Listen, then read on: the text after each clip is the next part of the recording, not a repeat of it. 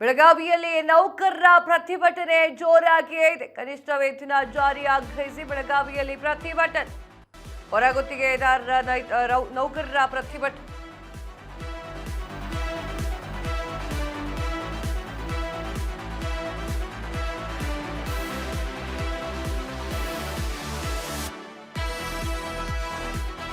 ಬೆಳಗಾವಿಯ ಹೊರಗುತ್ತಿಗೆದಾರ ನೌಕರರ ಪ್ರತಿಭಟನೆ. ಕನಿಷ್ಠ ವೇತನ ಜಾರಿಗೆ ಆಗ್ರಹ.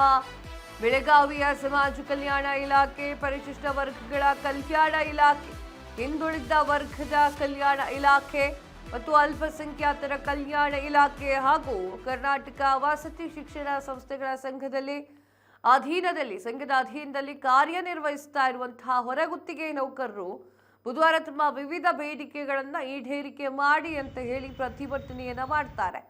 ಚೆನ್ನಮ್ಮ ವೃತ್ತದಿಂದ ಜಿಲ್ಲಾಧಿಕಾರಿ ಕಚೇರಿವರೆಗೂ ಕೂಡ ಪ್ರತಿಭಟನೆ ಮೆರವಣಿಗೆ ನಡೆಸುತ್ತಾರೆ ನೌಕರರು. ಕಾರ್ಮಿಕ ಇಲಾಖೆಯ ಕನಿಷ್ಠ ವೇತನ ಅಂತಿಮ ಅಧಿಸೂಚನೆಯನ್ನು ತಕ್ಷಣ ಜಾರಿಗೊಳಿಸಬೇಕು ಅಂತ ಹೇಳಿ ಒತ್ತಾಯವನ್ನು ಮಾಡಿದ್ರು.